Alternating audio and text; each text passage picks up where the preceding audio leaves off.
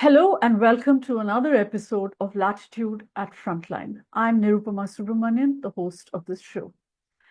In the wake of Operation Sindoor, President Donald Trump of the United States has claimed repeatedly that he mediated or brokered the ceasefire between India and Pakistan on the 10th of May.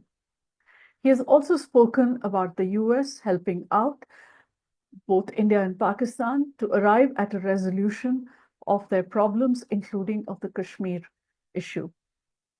India holds dear the principle that there is no room for a third party in resolving any of its problems with Pakistan, including, of course, the Kashmir issue. The Indian government has issued terse statements contradicting President Donald Trump. The claims and denials come at a time when India and the US are negotiating a trade deal. Meanwhile, General Asim Munir, Pakistan's army chief, has been promoted to Field Marshal. I'm going to discuss all this with Lisa Curtis, who's our guest for this episode. Ms. Curtis is a foreign policy and national security expert. She's at the Center for a New American Security, a think tank in Washington, D.C., where she heads the Indo-Pacific Security Program. She has worked earlier in the US government for many years in important positions. In President Trump's first term, from 2017 to 2021, Ms. Curtis served as his deputy assistant and as a senior director at the National Security Council for South and Central Asia. During that time, she was a key contributor to the Indo-Pacific Strategic Framework. She coordinated policies relating to the Quad and also to policies to strengthen the US-India partnership. Lisa Curtis, welcome to Latitude. Thank you for having me. Ms.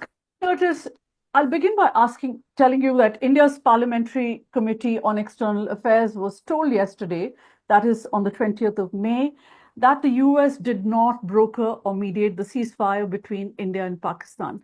This was yet another contradiction of the United States President Donald Trump's many claims that he actually mediated this.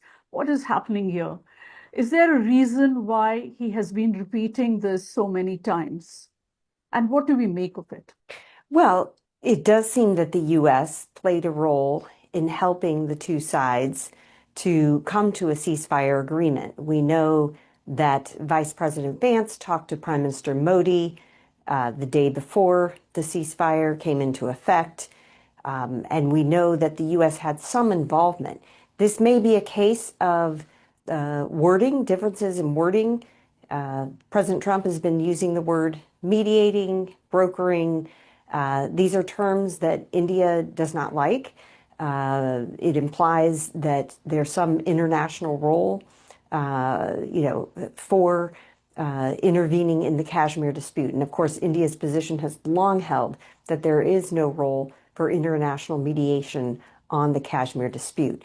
But I want to make the distinction between U.S. involvement in helping the two sides to back away from the brink of all-out war. This is important, and the U.S. has played this role on many occasions. I've been in the U.S. government during various crises between India and Pakistan, going back to the Kargil conflict, the 2001-2002 crisis, and in 2019 when I was at the National Security Council, the Balakot crisis. And in each one of those crises, the U.S. did play an important behind-the-scenes role in getting the two countries to step back from the brink. And this has traditionally been an important U.S. role. But this is different from the idea that the U.S. could play some role in mediating a long-term solution to the vexed Kashmir dispute. And I think that is where President Trump has been making statements that have really been angering and frustrating the Indian government. Yeah, you're right. In Delhi, there's a sense of disappointment over what is being seen as a betrayal by the United States. There is a sense that the United States has equated India and Pakistan, and also by the suggestion that President Trump's suggestion that the two sides should work together to resolve their differences, should talk to each other. And there's anger also that the US has failed to recognize that Pakistan's that Pakistan has used terrorism once again to achieve its strategic objectives against India, and that the US is pandering, in fact, to Pakistan's craving for international attention to the Kashmir issue. From your vantage point in Washington, has all this, or is all this going to affect the larger India-US relationship? What is at stake here for the two countries, for the US and India? Well, I agree. It is troubling that President Trump has not talked more about what provoked this military conflict between India and Pakistan, which is the April 22nd terrorist attack by a group that looks like it was an offshoot of the Lashkar-e-Taiba, Pakistan-based U.S. designated terrorist group. And unfortunately, President Trump hasn't been mentioning that attack, that horrific attack, in his remarks.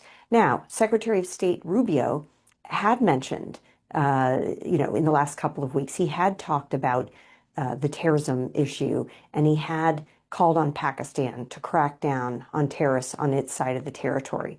So I think, if we look at Secretary of State Rubio's involvement during that period where India and Pakistan were exchanging barrages of missiles and drone strikes, if we look at the State Department statements that were coming out about his phone calls with both Indian and Pakistani officials, they're quite good. And I think they send the right message. But I think where things started going wrong was with President Trump's tweets on May 10th, both, taking credit for what he said, brokering a ceasefire. And then he went even further in one of his tweets on May 10th, where he said, and I'm going to get involved in, helping to resolve the Kashmir dispute, which he said had been going on 1,000 years, of course, clearly, massively exaggerating, but still his intent seemed clear that he was going to try to intervene or insert himself. Now, if he would have stopped there and recognized the faux pas that he had made, I think things would be fine. But the problem is he did not. He has continued to talk about this, to congratulate his role in the ceasefire negotiations, and then to also talk about mediating the Kashmir dispute. And he's been equating India and Pakistan on equal terms without mentioning Pakistan's support for terrorism and the horrific terrorist attack. So I think this is straining U.S.-India ties. And it may not show up immediately, but I think, we will see an impact in certain ways on the U.S.-India relationship. How exactly do you see this impacting US-India relations? In what ways could it impact US-India relations? They are negotiating a trade deal right now. Could it impact that, or will it have its impact elsewhere? I think the impact will be elsewhere when we're talking about security and strategic relations, because I think Prime Minister Modi understands how important reaching a trade deal with President Trump is. And they've already started these negotiations. The negotiations are progressing, reportedly doing pretty well. They already have a timeline for when they want to complete the negotiations. So I think the trade negotiations will continue on their own track. But I think what we may see is more hesitance on India's part when it comes to the strategic and security relationship. And certainly India is going to shut down any approach by President Trump to try to talk about Kashmir or mediate Kashmir. I think they simply won't, talk about the issue. So I think we, certainly can expect that at the least. But I think the other concern is that this could impact India's reliance on the U.S. for future military deals and other kinds of strategic cooperation, because, of course, the U.S. has been looking to India to play an important role in countering China's rising influence. And I think, unfortunately, Trump's comments about mediating on Kashmir have made that a bit more difficult for the United States. And I think we could see some cooling off in the strategic relationship. Hopefully, it won't impact the Quad. The Quad is an extremely important group, and there are plans for a Quad summit in New Delhi this fall. So, the hope is that that moves forward. My expectation is that it will. But we may see hesitance in cooperating within the Quad on security-related issues or, strategic issues. Right. So I think those are some of the ways that we can expect that Trump's comments may impact the overall U.S.-India relationship. I also want to bring your attention to the other denial that India has issued, which also came at the parliamentary panel briefing yesterday, that is May 20th, in which they said that there was absolutely no nuclear signaling by Pakistan. Whereas some reports in the US press and the Western media have made reference to, and you also made reference to this alarming intelligence that the US received. There's speculation that this intelligence could have been that this conflict is going to escalate into a nuclear into a nuclear conflagration. What is your own assessment of what that alarming intelligence was? Well, first, I think we saw that early before India's retaliation, I think the day before India's retaliation on May 7th, the 9 Indian retaliatory strikes against what India refers to as terror infrastructure inside Pakistan. The day before that, I think the Pakistan defense minister basically said, we're ready if India is going to take military action. We won't use nuclear weapons so long as Pakistan's existence is not threatened, which I think, raised alarm bells. Like even talking about the nuclear option is something that is, not helpful in these situations. But I think he recognized that and did not talk about that again. But in terms of the intelligence or information that the U.S. received on Friday, May 9th, about what was happening, it is unclear exactly what that was. There has been informed media speculation here in the United States that it was the sheer fact that that India struck Nurkan Air Base, which was close to Pakistan, where Pakistan's nuclear command authority resides, and that the Pakistanis could read that as a message that India was capable and could take out Pakistan's nuclear command authority, which would constitute one of Pakistan's red lines. So I think that got close enough to concerns that there was the possibility of nuclear exchange, or that possibility was getting closer, that could have led to the alarm in Washington and the phone call by Vice President Vance to Prime Minister Modi. That alone could have been the what precipitated the U.S. intervention. You had barrages of missiles, drone strikes, not only in Kashmir, but in, deep inside the territory of the other country. There was a lot of, fog of war happening at the same time. So the situation was concerning in and of itself. And perhaps, there was not an expectation that India was going to hit a key Pakistani military base, in Rawalpindi. And I think, when something like that happens, the U.S. became very concerned about the situation. There is an argument that by showing interest in resolving the Kashmir issue, in a sense, internationalizing the Kashmir issue, um, there is a risk of incentivizing more terrorist attacks against India. Mhm. Do you agree with that view? Absolutely. I wrote this in a foreign affairs article that I published about a week ago, and I raised this very fact.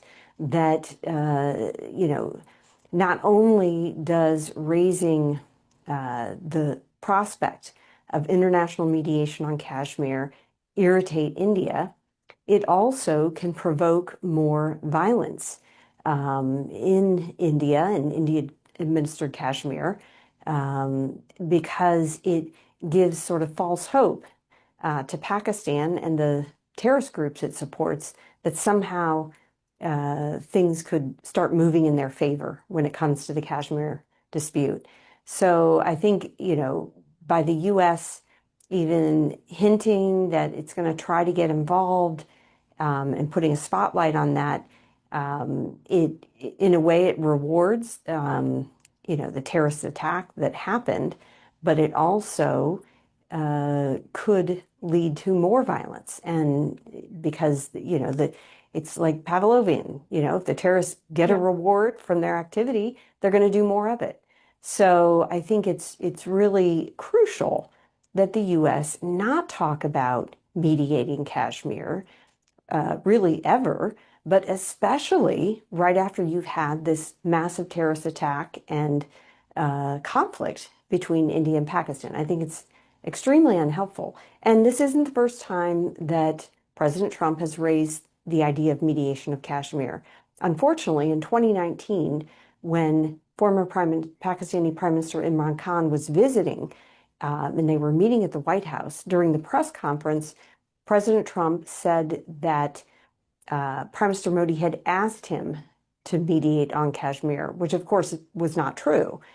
But that was, not helpful for the situation. And, a couple weeks later is when India revoked Kashmir's autonomous status.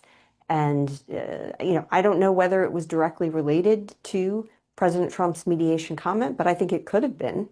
I think the Indian government could have partly been motivated to send a strong signal that, Kashmir, Indian Kashmir is an integral part of India, and there's no role for any outside involvement.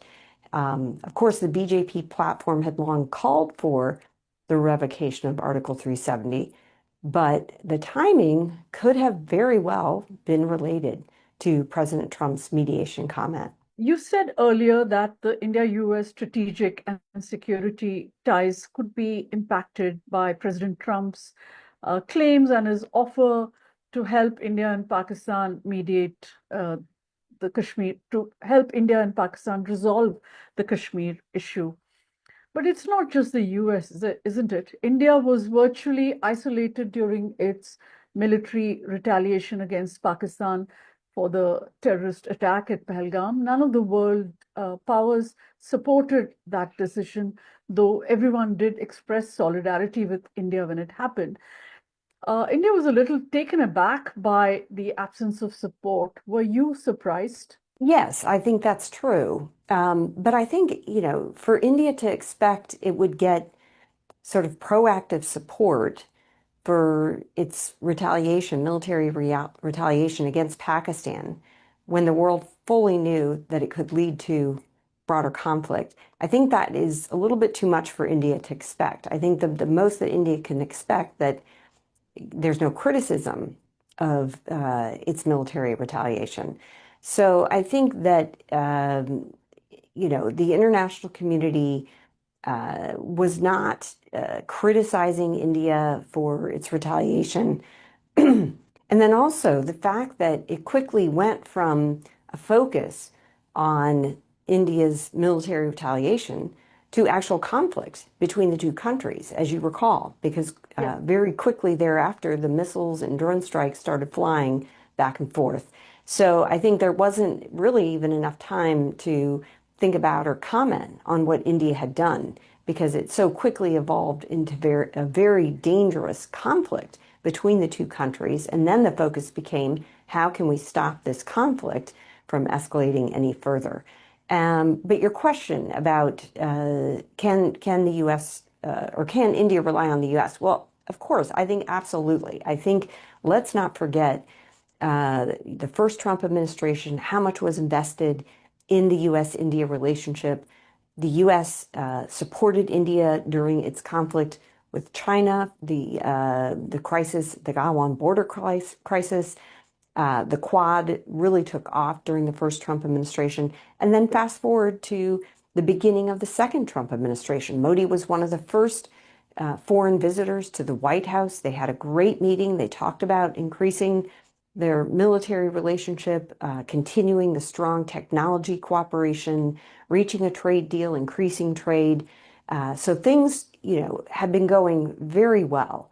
And, the hope is that President Trump will stop talking about mediating Kashmir and they can get back to focusing on the U.S.-India bilateral relationship.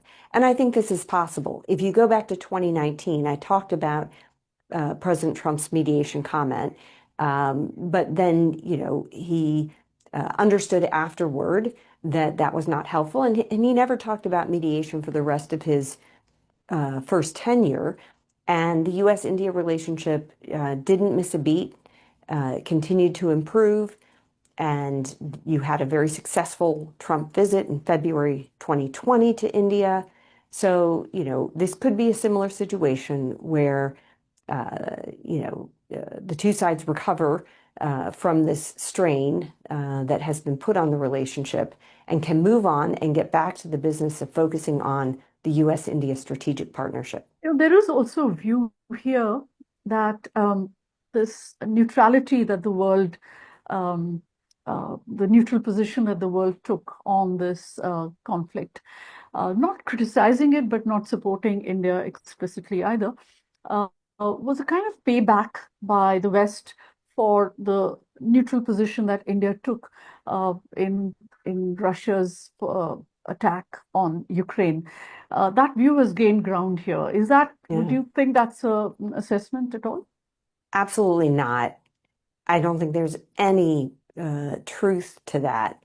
I think that maybe what an Indian perception inside India is, but I can guarantee you that is not in the U.S. thinking, and I doubt it's in the European thinking either. I think that the way the U.S. Views the India-Pakistan conflict is they're worried. They don't want to see the situation escalate because both sides are nuclear weapon states. Not technically, but they both have nuclear weapon capabilities. And so I think that that is the main concern about keeping these two adversaries from going to war. I've heard absolutely no one in U.S. circles talk about this idea that, somehow because India was neutral on the Russia-Ukraine war, that this means the U.S. should be neutral on India-Pakistan tensions. I think still, the main issue is Pakistan's support for terrorism. Here we are, 2025, and you still have U.S. designated terrorist groups operating in Pakistan, the Lashkar-e-Taiba, the Jaish-e-Mohammed. That's unacceptable.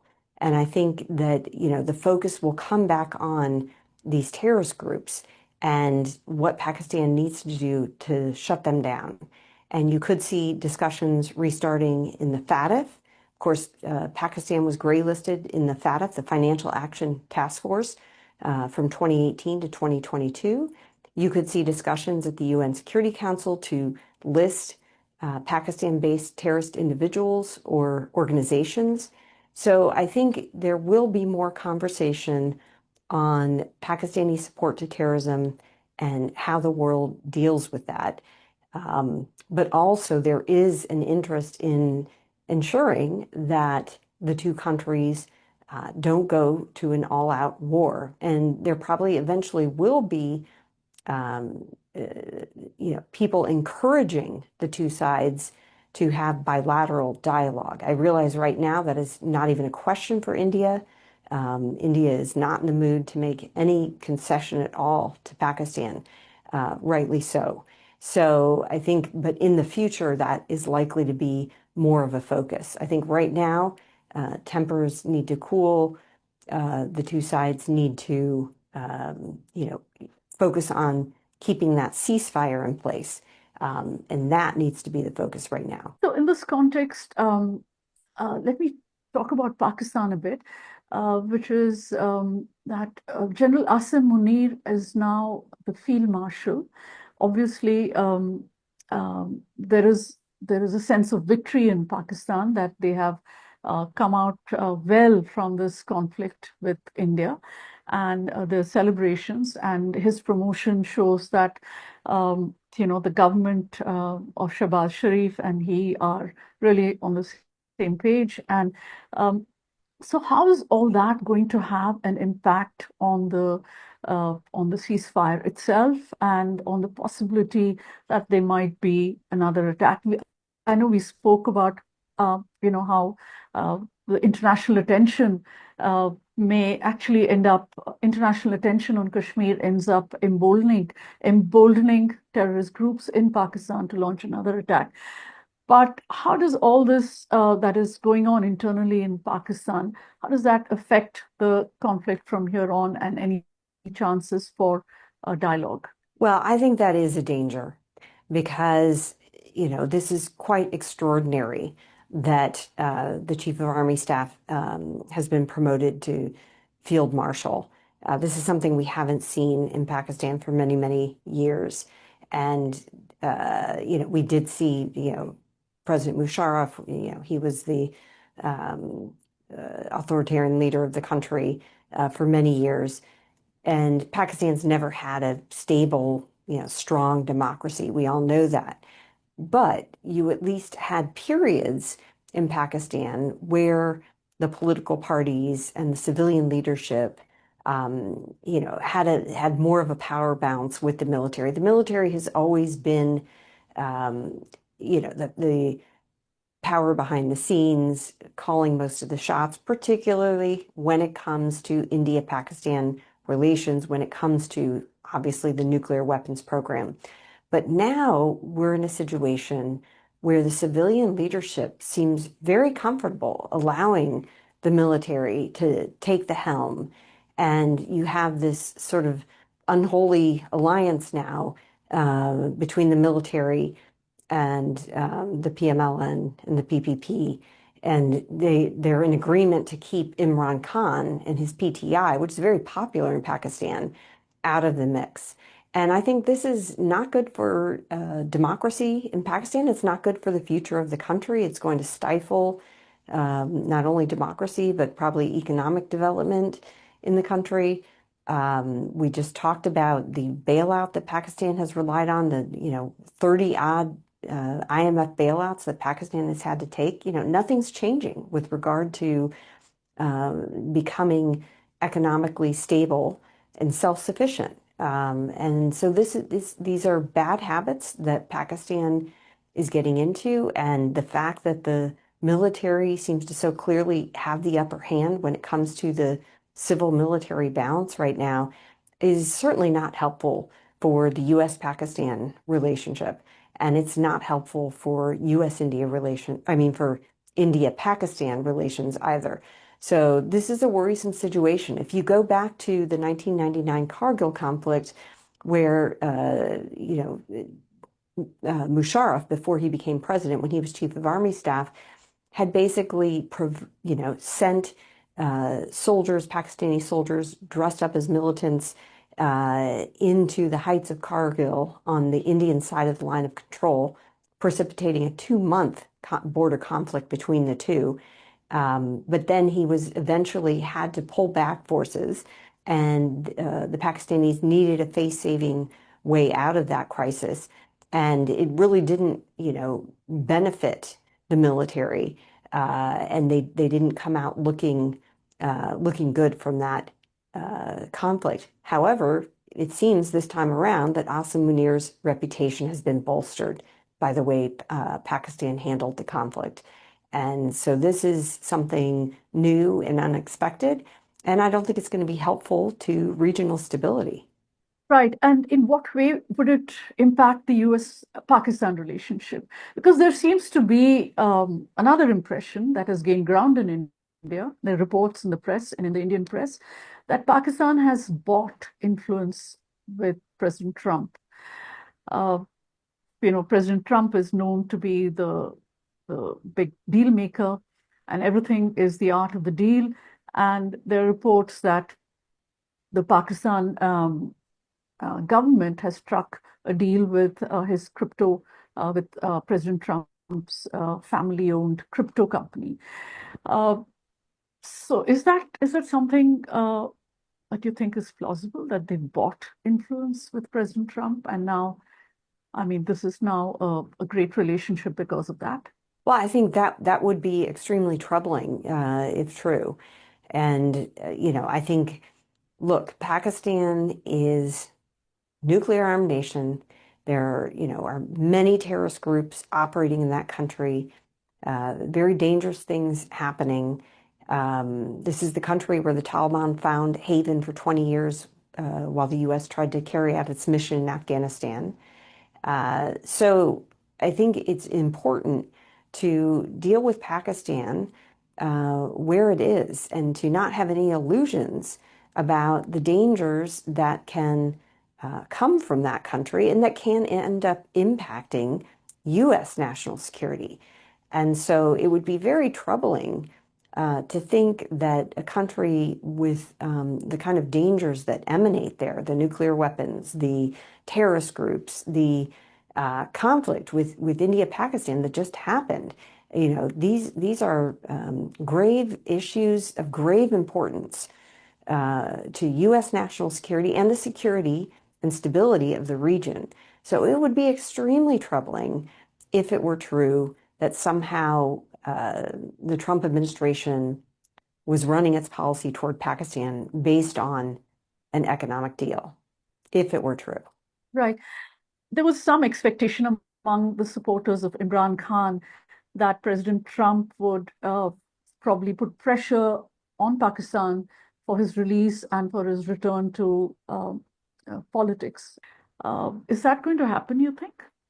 Well, I seriously doubt it. If Asim Munir just made himself Field Marshal, that doesn't bode well for democracy or for, Imran Khan being able to freely participate in the democratic process because he is very popular. Um,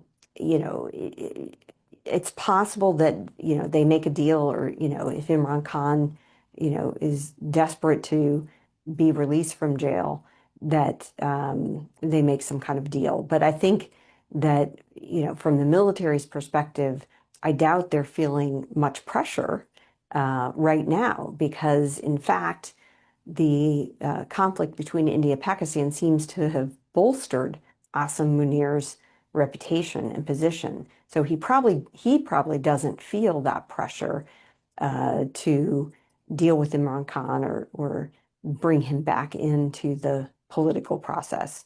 I just want to bring you back to what Prime Minister Modi said about the ceasefire. His description of the ceasefire as a pause and that Operation Sindoor has not ended. How are you reading the statement? Well, I think what Prime Minister Modi is doing is leaving the option for India to be able to respond militarily if Pakistan violates the ceasefire. I don't read it as India has any more plans to take aggressive military action on its own volition. But I think he wants to make clear that if Pakistan does something that is provocative and constitutes a violation in India's eyes of the ceasefire agreement, then India has the right to respond. So I think he's leaving space, and I think it reflects his doubt about Pakistani intentions.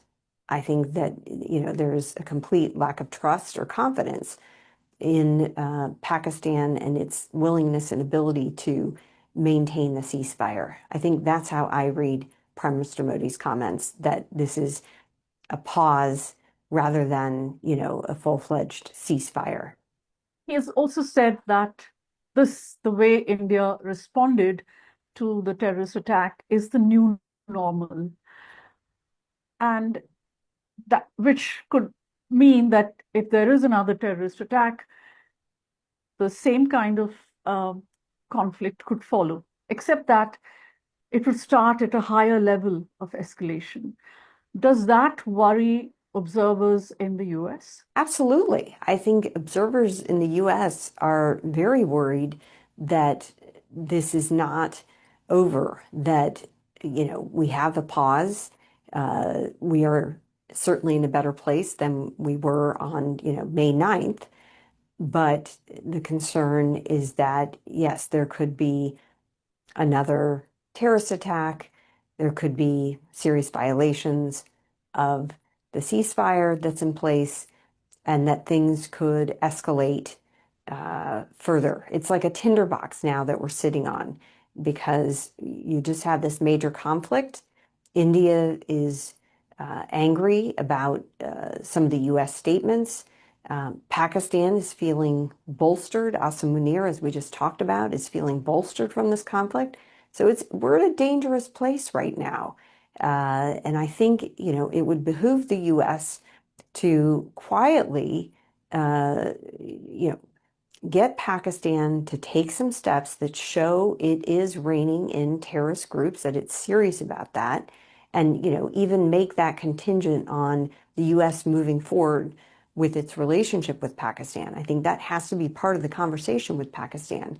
And then with India, I think the US should get back to focusing on the strategic partnership, the bilateral relationship, stop talking about mediating Kashmir, but, let India deal with its Pakistan challenge and focus more on the US-India strategic partnership and pick up sort of where that had been left off before April 22nd. Thank you so much, Lisa Curtis. That was a very interesting conversation with many insights from you.